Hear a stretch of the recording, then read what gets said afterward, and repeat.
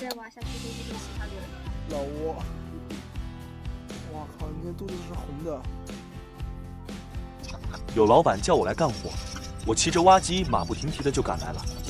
你现在回去我当然说。马上再说，我这就可以了，是个可惜小事。刚刚老板详细的跟我讲了一下，他所需要我干的活，以及干好之后的效果。我跟老板详细的也讲解了一下我干这个活的方法方式，老板很赞同，叫我放手去干吧。这里有一个有年头的蓄水池，老板还想给它留着，让我轻轻的把它挖到旁边来。如果没有挖坏的话就留着，挖坏了就算了。很明显挖坏了，老板发话了，不要了，叫我给他拍平。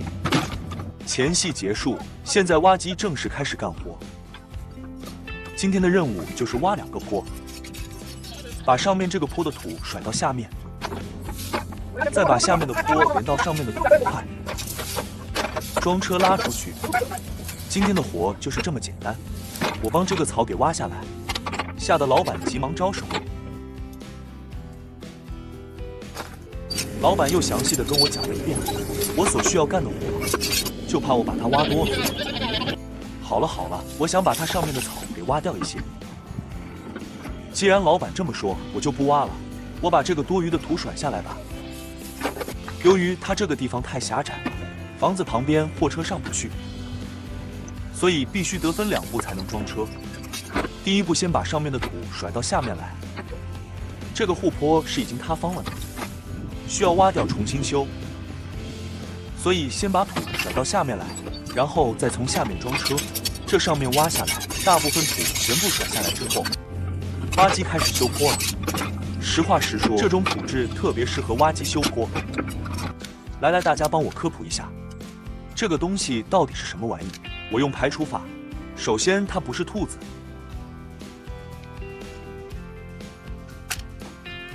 我操，这是怎么像两头蛇呀？这边像个脑袋。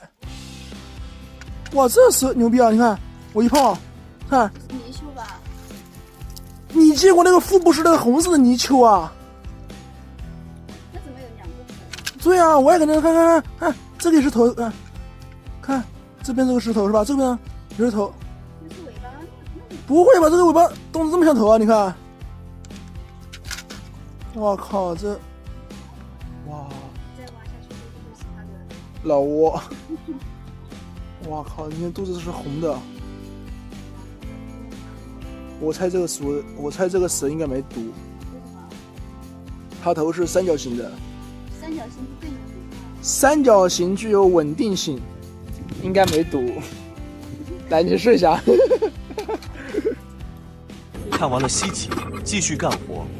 它上面这个坡比较简单，我的想法就是帮它挖直一点，把这个坡修得好看一点，然后再到下面挖一个沟出去。这个水沟的话，挖出来有70、80公分宽度。它如果2边打上混凝土的话，中间就刚好剩40公分的宽度了，刚好是一个水沟差不多的宽度。老板听完了我的建议之后表示赞同，就按照我说的去干。当沟挖好之后，再来挖一个化粪池。现在挖机所停的位置，以后会是一个房子，所以先来帮这化粪池给挖好，免得以后再用人工挖了。把上面这些全部搞好之后，现在挖机要开下来了，开始今天的重头戏了。现在要开始加紧干了，要不然今天就干不完。我来的时候都已经是3点多了。这个货车司机已经在此等候多时了，我先给他装上一车，让他拉走，我再来挖这个坡。这个老板叫我挖这个边坡的时候，我就在想，他这个边坡挖完之后，肯定是要打上混凝土，或者是砌上一个护坡的，我们还能再促成一笔更大的生意。帮这一车土装好之后，来和这个老板谈一谈，看他到底是一个什么样的想法。刚跟这个老板极限拉扯谈判了10分钟，最后老板跟我来了一句，他不是老板，他是帮他弟弟修房子，所以我报的1.2万的价格。他现在不能给我回复，要等晚上询问了他地点之后，然后再给我一个答复。其实我们对这笔生意的成交也没有抱太大的期望，只是跟别人介绍一下我们自己，如果有需要的话，我们可以来给他办。现在先把鱼塘上面这层干了的淤泥挖出来，扔到菜园子里面。这个土可是非常的肥沃，用来种菜的话都不用肥料。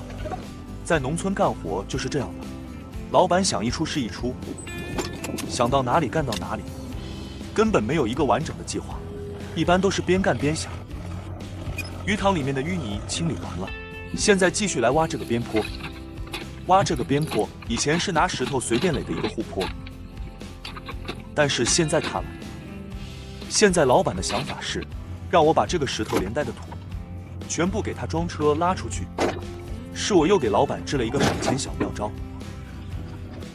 我对老板说，无论你这个护坡是砌，或者打混凝土，或者叫别人干，或者叫我干，我都需要跟你说一声，这个石头不要白白的装车拉出去倒掉浪费了。你这个石头少说也有2个立方的石头，如果你是砌护坡的话，可以把这个石头砌在石墙里面，也是算方量的。如果你要打混凝土的话，也可以给它打到混凝土里面，也可以省下来不少混凝土。按现在石头价格，它这2方石头至少可以值300来块钱，所以老板也采纳了我的建议，让我把这个石头选出来，放到这个边坡上面。刚刚帮第2车土装好，老板赶忙跑过来跟我说，拉第1车土的师傅打电话过来，说他这个车出问题了，叫我赶忙拖挖机过来给他拉一下。刚刚这个师傅说，好像是他的车子变速箱烂掉了，这个坡爬不上来，所以叫我帮他拉上来。这小货车运气太不好了，拉了1车土就把变速箱搞坏了，这一次修一下又要好几千。今天亏大了，挖机轻轻松松就给他拉上来了，但是今天只能1辆车拉完，这辆车是拉不了的。而且今天为了救援这辆小货车，挖机拖过来拖过去，耽误了不少时间。刚刚把挖机拖回来的时候，天都已经黑了。今天只能打着灯加班加点的干了，加班加点的在这里挑石头，挑到的石头挖出来扔到边坡上面。而且刚刚跟老板谈好了，老板就按照我说的这个价格，把这个护坡交给我们来砌。所以现在挖机挑石头不是帮老板挑的，而是帮我自己挑的。现在只要每多挑1块石头，我就可以少拉1块石头过来。人啊，一上了年纪，到晚上眼神就不行了。挖了几米之后，还需要下来看一下挖直了没有。对于这些凸出来的部分，再用挖机豆豉好好的修一修。其实这个边坡修的好看不好看，问题不大，很快就要砌护坡给它挡住了。最重要的是一定要挖到硬底，这里的土质非常好，随便怎么挖，下面土子都很硬。重要的是它这个是砌在鱼塘边上的，所以挖下去的地基深度一定要比鱼塘底部要深，要不然就很容易被鱼塘的水给它冲垮。最后这几头土挖完了，吃饭去，顺便找老板结账。刚刚算了一下时间，总共3个小时。虽然时间少了点，但是我们也不说什么起步价、拖车费之类的，毕竟是小丽养熟客了。他只要给我按照挖机的时间单价给我结账就可以了，因为我们挣的并不是挖机干活的几百块钱，挣的是砌护坡的利润。我就喜欢干农村的活，虽然挣的不多，利润不高，但是每天都是现钱，干完活就拿钱，爽快。给这个老板收了一个700块的优惠价，过2天有时间了再过来砌护坡。